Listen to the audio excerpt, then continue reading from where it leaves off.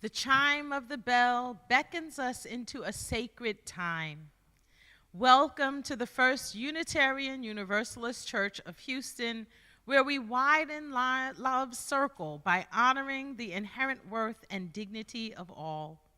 We extend a heartfelt and inclusive invitation for you to join us in meaningful worship and in service to the world. Buenos días y bienvenidos a esta comunidad donde ampliamos el círculo del amor, honorando el valor y la dignidad inherentes de todas. On this Sunday, after we have shared the beauty of Thanksgiving, we greet all of you who join us this morning. We hope those watching the live stream will fill out the online attendance form and refer to the many announcements in the online order of service. We ask those here in person to take a moment after the service to introduce yourself to someone you don't already know. Now, please turn in your gray hymnals to number 21, For the Beauty of the Earth. Rise in body or in spirit and join your voices in song.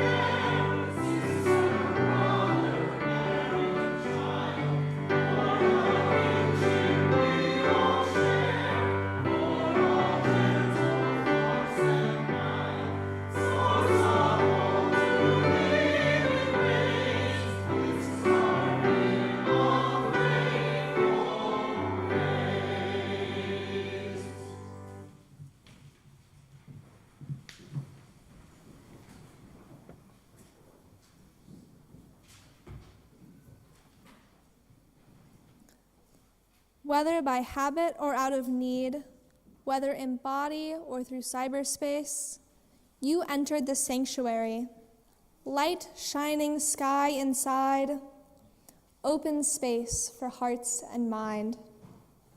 Here we come together, carving an hour out of our week to be together.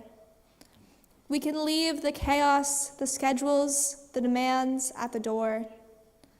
And we can sit together, sing together, be silent together, grow together, feel our spirits stir together, be together.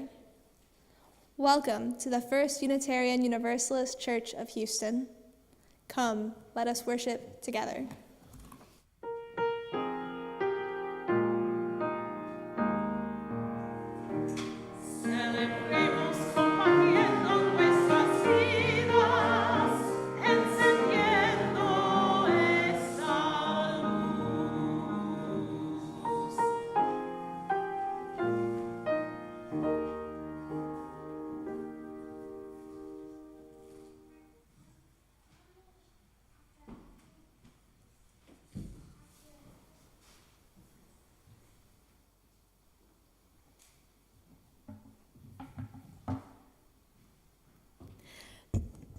Please join with me in reading the words to our congregational covenant, which are printed in your order of service.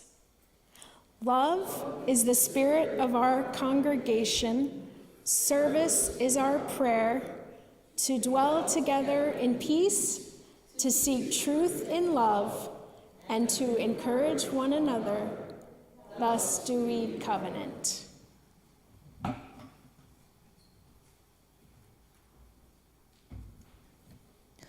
We light an Advent wreath to mark both the days approaching the solstice and the advent of Christmas. Inspired by the neo-pagan tradition, this first Sunday of Advent, we light a candle in the south, honoring the element of fire. Fire burns away the old and creates space for the new. Inspired by the Christian tradition, the first candle is lit to symbolize the expectation of hope. We hear the words of Desmond Tutu. Hope is being able to see that there is light despite all of the darkness. On this first Sunday of Advent, we set this first candle ablaze with the element of fire to burn through the darkness and to bring us hope. Blessed be. World AIDS Day is commemorated each year on December 1st. First observed in 1988, organizations and individuals across the world bring attention to the HIV epidemic and call for an increased response to move toward ending it. Today, we light this candle in memory of those we have lost to AIDS, to honor those working to erase the stigma, and to thank those working to make sure fewer people die each year from the disease.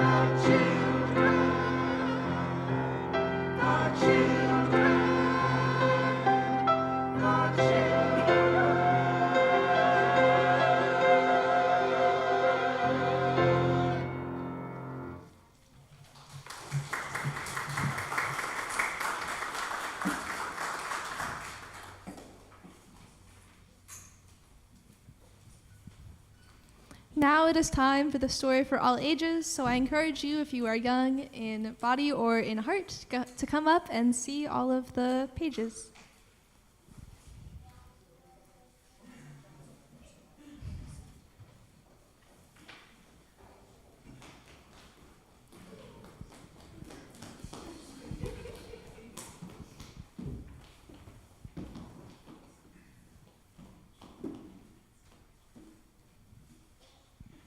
Today we are reading Ish by Peter H. Reynolds.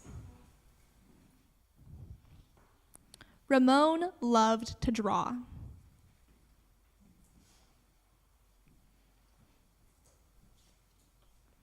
Anytime, anything, anywhere.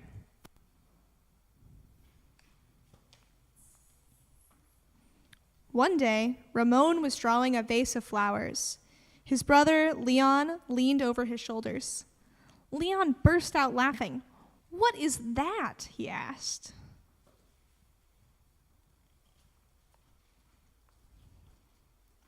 Ramon could not even answer. He just crumpled up the drawing and threw it across the room. Leon's laughter haunted Ramon. He kept trying to make his drawings look right, but they never did.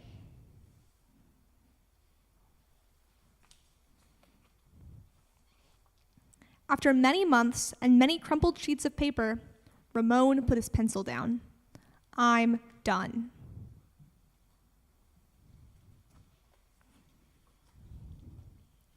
Marisol, his sister, who was watching him,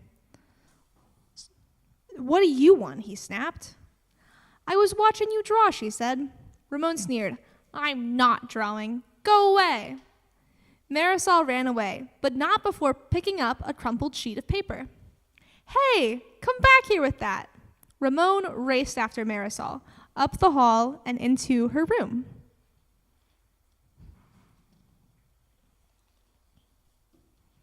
He was about to yell, but fell silent when he saw his sister's walls. He stared at the crumpled gallery.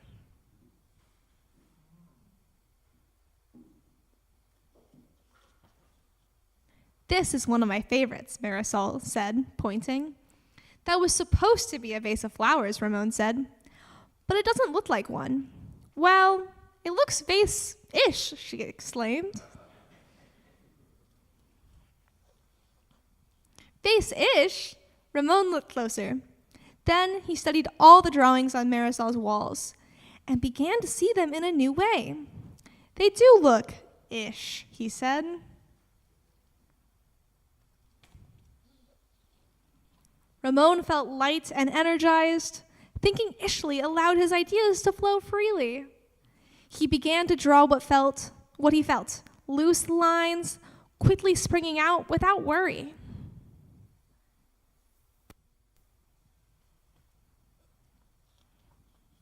Ramon once again drew the world around him. Making an ish drawing felt wonderful. He filled his journals, tree-ish, house-ish, boat-ish, afternoon-ish, fish-ish, sun-ish. Ramon realized he could draw his feelings too. Peace-ish, silly-ish, excited-ish. His ish art inspired ish writing. He wasn't sure if he was writing poems, but he knew they were poem-ish. One spring morning, Ramon had a wonderful feeling. It was a feeling that even ish words and his ish drawings could not capture. He decided not to capture it. Instead, he simply savored it.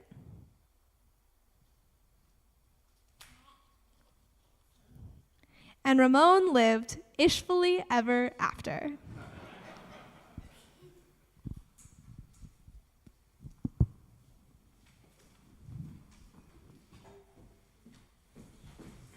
And now it's time to go to religious education. Yes. You guys excited?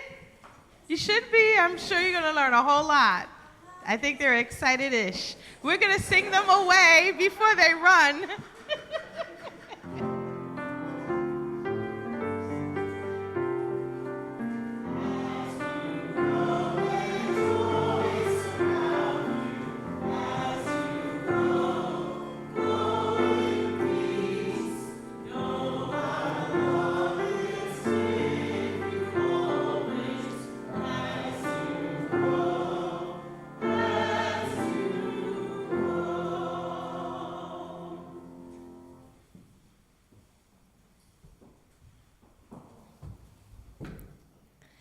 This is a time in the service when we can pause. We can find peace in a moment of silence.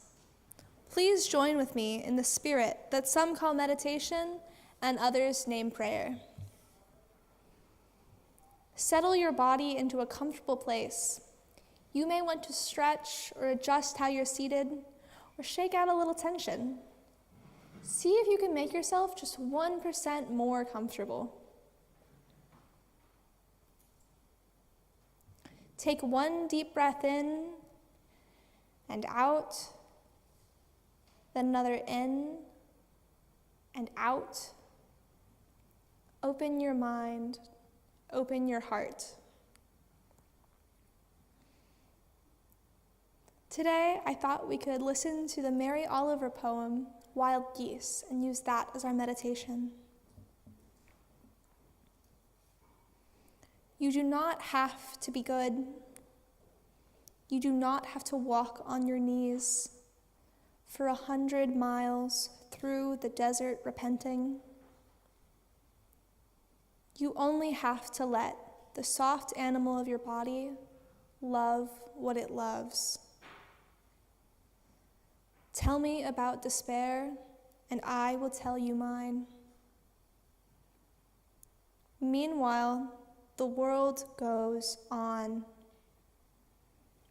Meanwhile, the sun and the clear pebbles of rain are moving across the landscapes, over the prairies and the deep trees, the mountains and the rivers. Meanwhile, the wild geese, high in the clean blue air, are heading home again.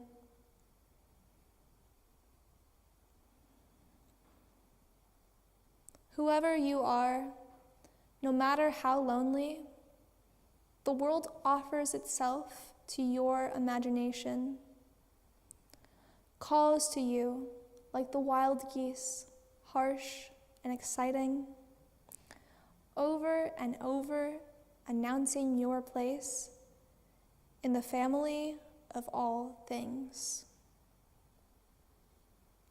Amen. We now turn to a practice inspired by African, indigenous, and pagan traditions.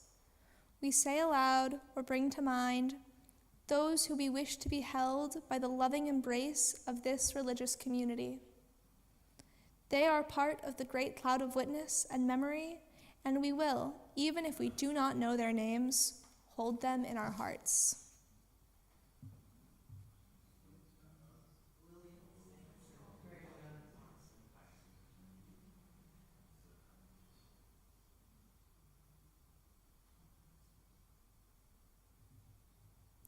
In this great cloud of witness and memory, amid this beloved community, we hear these names and hold them in our hearts. Let us remember the suffering and joy amid and among our community that we do not know. We pause in awe and wonder of the beauty, diversity, and mystery that is life. In the spirit of love, in the spirit of hope, and in the spirit of compassion, I invite each of you to enter into a time of silent prayer, meditation, or reflection.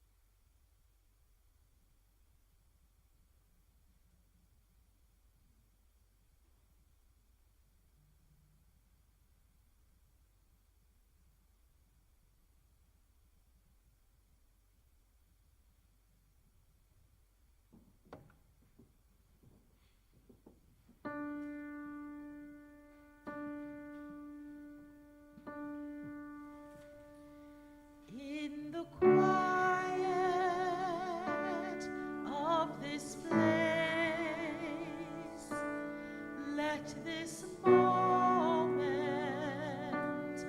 filled with praise. This is my prayer. This is my prayer.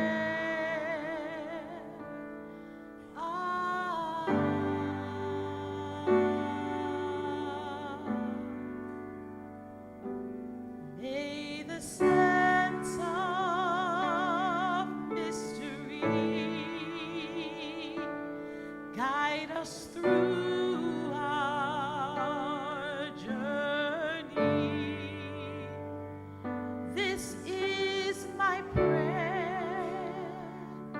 This is my prayer.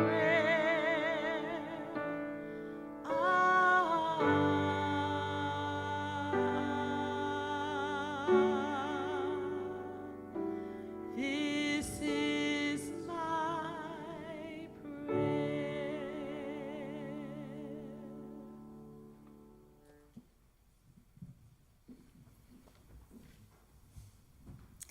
Each week, our morning offering is shared with an organization that shares our Unitarian Universalist values and through which we may live out our principles in the world.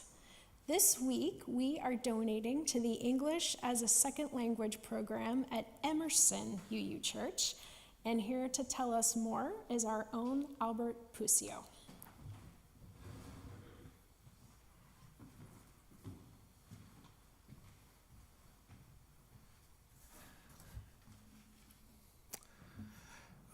Good morning. My name is Albert Puccio. I'm a proud member of First UU Church and an assistant teacher at Emerson UU's English as a Second Language program.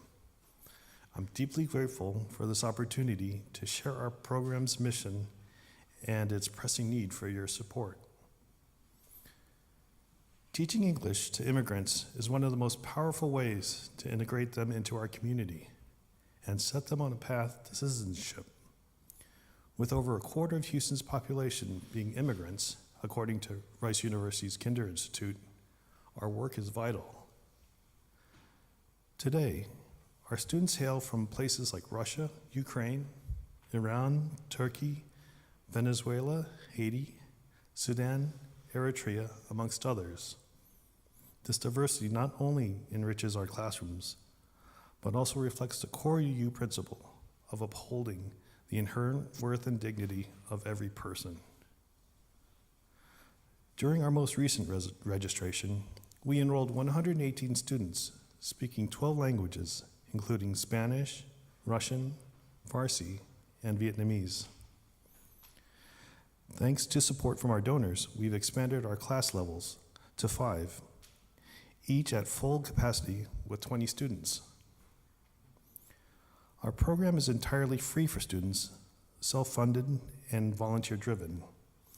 Your donations have already allowed us to hire a part-time coordinator, Patty Ryan, a member of this church, who organizes, volunteers, and recruits students.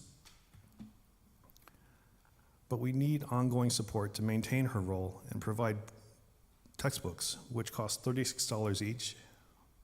Students contribute $10 if they're able, but we rely on donations to cover the rest. In addition to financial support, we need volunteers. Teaching just 2 hours a week can make a transformative difference. I'm proud to serve alongside fellow First Church member John Naylor, and we'd love to welcome more of you to join us. Please feel free to speak with Patty, John, or myself about our experiences with this program. Our program changes lives.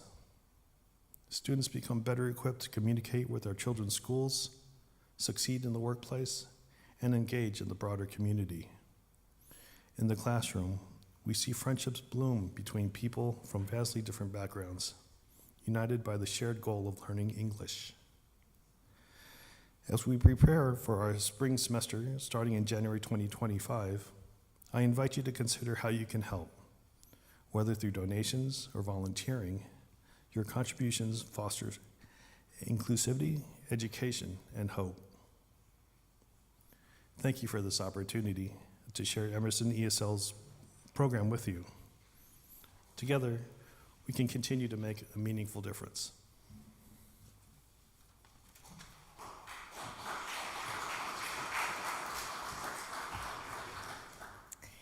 Those in our sanctuary will find the instructions for text giving in your order of service, and those watching the live stream will see the instructions on your screen. Our regular Sunday morning offering invites us to weave a tapestry of love and action. An offering will now be gratefully received.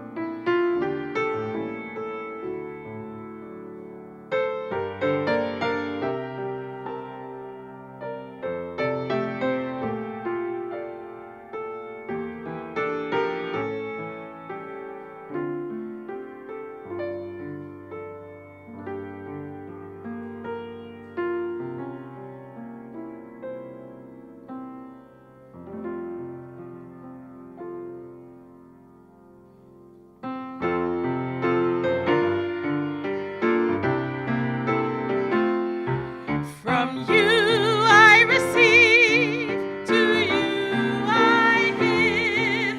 Together we share, and from this we live.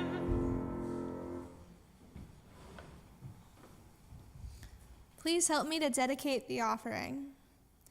To the work of this church, which is weaving a tapestry of love and action, we dedicate our lives and these our offerings.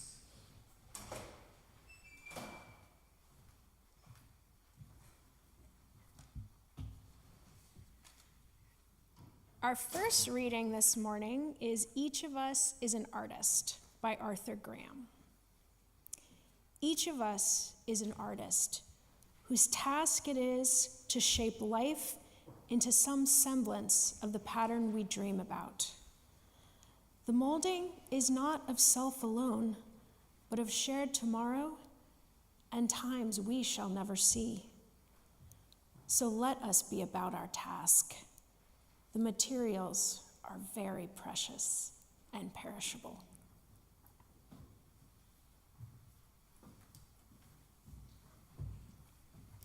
Our second reading is The Stars Are Dancing by Prakash. The stars are dancing tonight, while the moon sits in her golden hammock, swaying back and forth to the rhythm of celestial voices.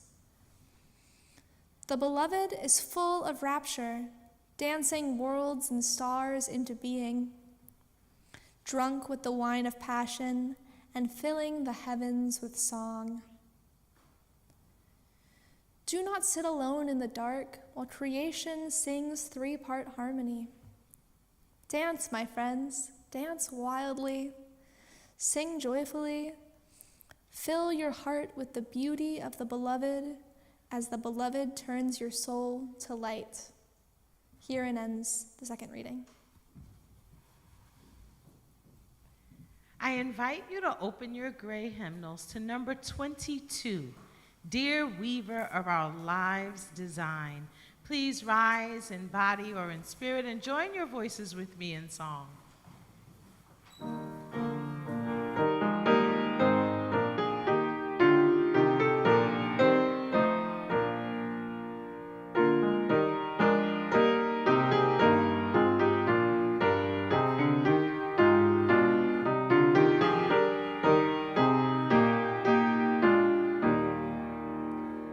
Dear weaver of our lives' design, whose task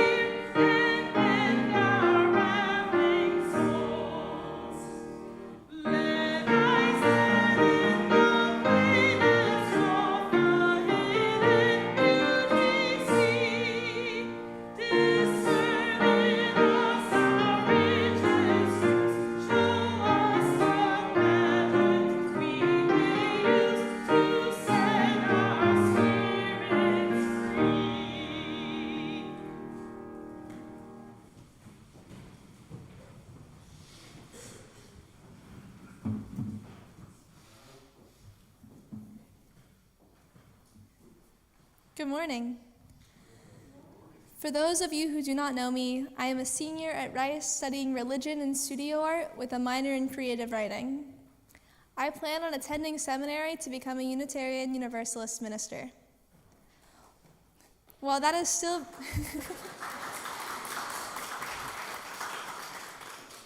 While that is still very much the plan, over the last 4 years, I have rediscovered and nourished a deep love of art. I may have shown you my work for my art classes during coffee hour. I was always an artsy kid. I loved painting and crafting and everything I could get my hands on. I stopped taking art classes in 8th grade, but I came back to it my freshman year of college.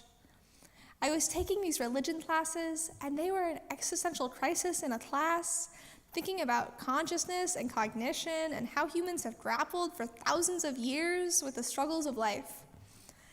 I needed to get out of my head and into my body. So I took a sculpture class, and then I declared the art major, and I just kept going.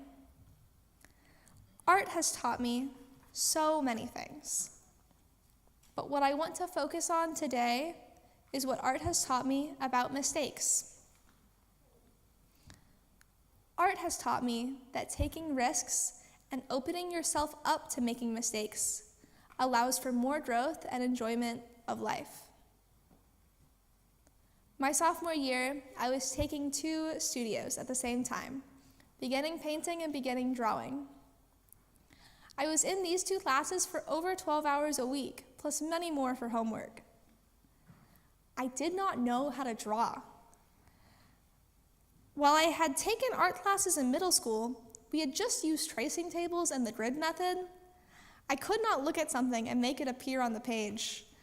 And certainly none of this plumbing, closing one eye and holding up your thumb and moving it around. I was an art major, and I didn't know how to draw. We drew a lot of still lives, nonsensical ones with orbs and cones and boxes and random objects that only made sense to learn drawing skills. And I would choose the easiest view of these objects. I would spend what felt like double or triple the time drawing these things as some of my peers, staying late after class, coming in for hours in the evenings.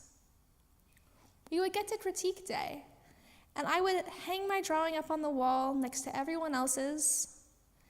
And despite spending all this extra time, my drawing always felt, to me, the least developed. I could never get the proportions right, and I could never get the darkness I needed from the pencils.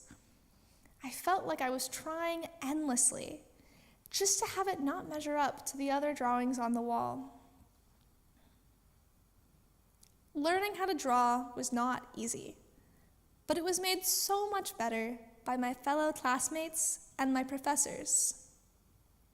That room, with floors covered in graphite and charcoal, so dirty that I do not dare wear light-colored pants, the room covered in countless students' marks, intentional and mistaken, all blurred into one big mess, has become one of my favorite rooms at Rice. I have learned that there is nowhere else I would rather make a million mistakes than that room. Even when I saw nothing in the drawing I had hung that week, my peers would find something to compliment me on. For one still life, I was complimented on the contoured lines on a vase. The comment lasted probably 5 seconds, but that vase, or vase-ish, had taken me hours. And my heart fluttered, and I felt so much better about that piece. They gave me constructive criticism too, and it was so helpful. I knew that I was not drawing how I wanted to, but I did not know how to get from where I was to where I wanted to be. My peers and my professors helped me see the staircase, and they noticed when I had climbed a step. That noticing was what I needed. They saw the progress that felt invisible. I can draw now. My professor told us on the first day of class that by the end of the semester, we would be able to look at a vase of flowers and draw it and people would know what it was. I did not believe him, but of course, he was right. I kept making drawings that I wasn't happy with. Instead of freezing, instead of dropping the class or the major, I kept trying. I kept showing up. I learned that the best way to make one right mark is with an eraser in hand and making 15 wrong marks, if that is what it takes. I learned to nudge, to keep erasing and redrawing, taking the distorted form on the paper towards the one I saw on the pedestal in front of me. I figured out how to leverage my materials to be what I needed. I learned to love the oh-so-messy mediums of ink and charcoal. I learned that the goal of having the paper be perfectly white, no smudges, no erase marks, was not one for me. I learned to enjoy this instead of fearing the moment I made a mistake. And I learned that sometimes I want a wonky drawing, that the wonky drawings are really fun to look and to make. Our academic grading system rewards perfection and memorization, and does not reward risk-taking or mistake-making. You get points off for mistakes. I have never seen a rubric with points for risks taken or mistakes learned from. My art classes reject that grading system, instead grading based on effort and growth. In that drawing class, I also learned that you do not grow from the easy path. Making a drawing that I know exactly how it will turn out is not interesting or enjoyable for me and does not push me to grow. Making a drawing that I have questions and uncertainties about, one where I will make mistakes, even when they are so uncomfortable, has taught me much more. Making mistakes is hard, and the skill of being bad at something is not a skill often talked about. We value and reward people who are skilled, but we do not often reward people, adults, who are trying and making mistakes. I have heard the phrase, "You cannot teach an old dog new tricks." But I wonder if the truth lies in the dog or in the humans who do not get out the treat bag for his attempted tricks. Yes, it may be true that our ability to learn new skills decreases as we get older. But does that not make it even more impressive when we try new things? A story that reminds me of the beauty of mistakes is Sisyphus. After tricking the Greek gods, he was tortured with a rock he had to roll up a hill, only for it to time and time again roll down before he could reach the top. He then must return to the rock, walking down the hill, only to try again and again for eternity. Making mistakes can feel like a Sisyphean task. The messy medium of ink drawings with no ability to erase showed me that mistakes are a part of the art-making process. Ink drips from my quill onto my still pristine paper. I cannot erase it. I must instead embrace it, hatching lines here and there. And just as I think I have integrated the ink splotch, not making it invisible, but instead making it feel at home in the piece, another droplet somehow flings from my pen, and I must do it again and again and again. It is Sisyphean. When we think of an amateur, we think of someone who does not know what they are doing, who makes lots of mistakes, who is not good, who is not very committed. But the word amateur comes to us from French, where it means one who loves. Amateur and amour and amorous all come from the same Latin root of love. To be an amateur is to love something, to make mistakes, and to keep going anyways. To be an amateur is to not work towards profit or professionalism, but to keep doing this thing you love. I left a couple pages. Give me a second.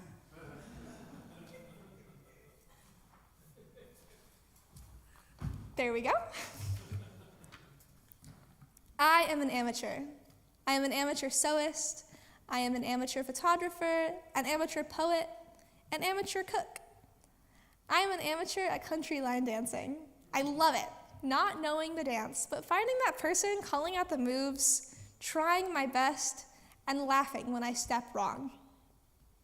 It is worth it for the feeling of momentum pulling my body around, me barely thinking about it, letting my body and physics take control, just as everyone else in the crowd is doing. I am an amateur at life. I love life. I love being in community and feeling that thing that is in us and between us and connecting us. I love seeing everything this great big earth has to offer. But loving life as an amateur also means making mistakes. My path is littered with mistakes. From spilling my coffee, to missing deadlines, to hurting people I love. Living a life that embraces mistakes, that asks what mistakes have to offer, means that I will always be facing the Sisyphean task of trying to be just a bit better, always making things right when I can. When I make another mistake, when the rock rolls back down the hill, I will turn around, not trudging back down, but standing tall, walking confidently to meet the task. We humans have somewhat of an affinity for Sisyphus. It is one of the Greek myths that I hear the most often. There is something relatable about endlessly trying and endlessly failing. Just as we think we have a handle on the task at hand, just as we see the crest of the mountain, the weight of the rock exceeds the force we are applying, and it tumbles back down. It feels never-ending, but maybe the torture has lost some of the power over the millennia. For every time Sisyphus has to push the rock up, only for it to roll back down, Sisyphus gets to walk downhill. He gets to look over the valley and appreciate all the other things happening. Maybe he hears a muse playing a harp a ways off. He feels the sand between his toes and it's shifting under his weight. He gets the sweet relief of walking downhill and without the weight of the rock. There is beauty and there is meaning for Sisyphus to find in his task. He must walk down the mountain to meet the boulder. It is his punishment. But he gets to find the beauty. It is his reward. We find beauty in lots of places. We cherish and applaud mediocre piano performances by young children sometimes. They're slow, they hit the wrong keys, and they don't play complicated music. But if I were to walk over to that piano right now and hit those keys, even after taking my fair share of piano lessons, y'all might stare. Maybe applaud awkwardly, a sparse couple claps at the end. There would probably be a palpable itch for it to be over. And it might be the topic of whispered conversation during coffee hour. There's this idea that once you reach a certain age, you cannot be mediocre, or heaven forbid, bad at something. There's this thought that you should have learned this already, or you shouldn't bother to try at all. And if you are to try, you should do it in private, with the door closed. You should only emerge from your room, instrument in hand, when you are good. And I think that is stupid. I think everyone should do more things that they are bad at. I want to hear your shaking fingers on the piano. I want to see your unskilled art. I want to see the thing that you drew and immediately wanted to tear out the page, crumple it up, and throw it away. I want to hear the song you sang when no one was home, the one that you sang as loud as you could. even that part where you forget the lyrics and you stumble through. I want to be standing in the kitchen when you make that dish and it burns so bad and you just want to throw the pot away. And you have to open up all of the doors and windows and turn on all of the fans to get the smell out. I want to read the poetry that you hide in the back of notebooks, or maybe it's in your notes app. The ones where the metaphor is not quite working right and it's full of questionable rhymes. I know that you have a dream that you wish you would chase when you were younger, when it was more acceptable to not be good. I encourage you, when you go home, to consider being bad at it. Just a little. You can do it with the door closed. I won't tell anyone. But eventually, when you are ready, open the door. The world has room for you and your bad art.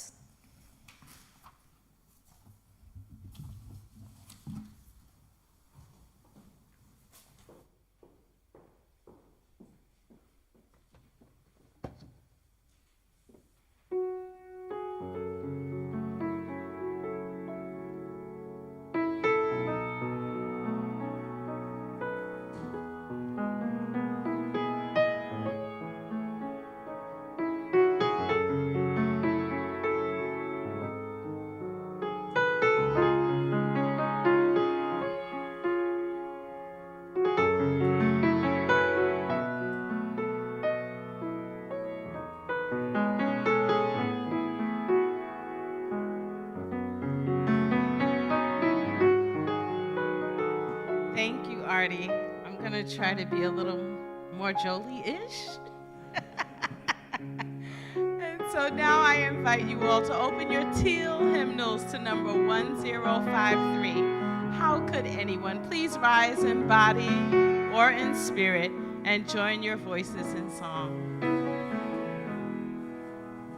How could anyone ever tell you you were anything less than beautiful? How could anyone ever tell you you were less than whole? How could anyone fail to notice that your loving is a miracle? How deeply you're connected to my soul. How could anyone ever tell you you were anything less than beautiful? How could anyone ever tell you you were less than whole? How could anyone fail to notice that your loving is a miracle? How deeply you're connected to my soul.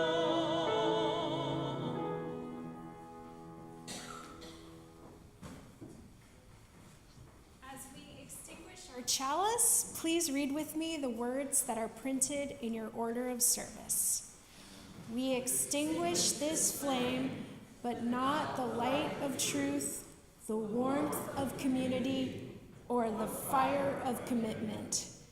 These we carry in our hearts until we are together again.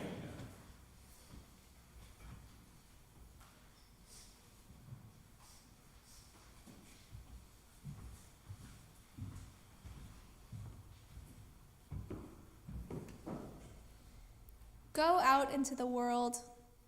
Find the beauty in the doing. Find the love in the actions.